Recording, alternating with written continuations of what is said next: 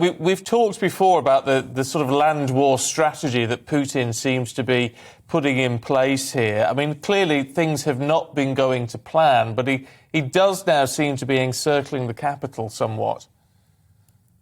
Yeah, I think that's right. I think we may have said before, but his original intent was to achieve a relatively quick victory, not have to secure many of the cities, hope the Ukrainians would give in, puppet government established, and take on those eastern states and the corridor to Crimea.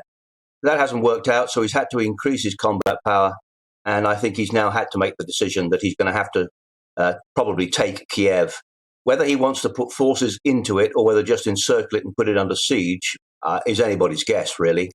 It's always very difficult to know how people are thinking in these circumstances. And frankly, of the three plans they may have thought through, it's always the fourth that actually happens. That's just a reality in military operations. So I think it's very difficult to predict what will actually happen. But there's no doubt that this campaign is not over. I don't think it's going to end quickly. I think it will go on for quite a while yet. And so there's a lot more sadness, I'm afraid, in terms of the refugee problem, which you've referred to, but also in terms of casualties, Ukrainian military and indeed Russian military. Less than about 10 minutes ago, we heard news that 9 people have been killed at an airstrike on a military base near Lviv. Now, the Lviv region is close to Poland. It's 25 kilometres from the border with Poland. How targeted can those sorts of airstrikes be? How easy would it be for one of those missiles to accidentally travel into the border of Poland? Well, those things are always possible. I think airstrikes on an airfield, frankly, should be pretty accurate. Those airfields are fixed, obviously. They know where they are. And the missiles that they'll be using, are reasonably accurate. But the bottom line is anything can go wrong, and things do go wrong.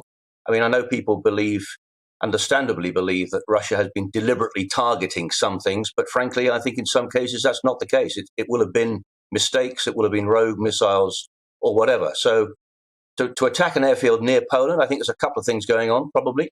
One is to send a message that if you try to bring in weapons for the Ukrainians across the border, we are prepared to strike quite deeply into the west of Ukraine, and therefore sending a warning shot out.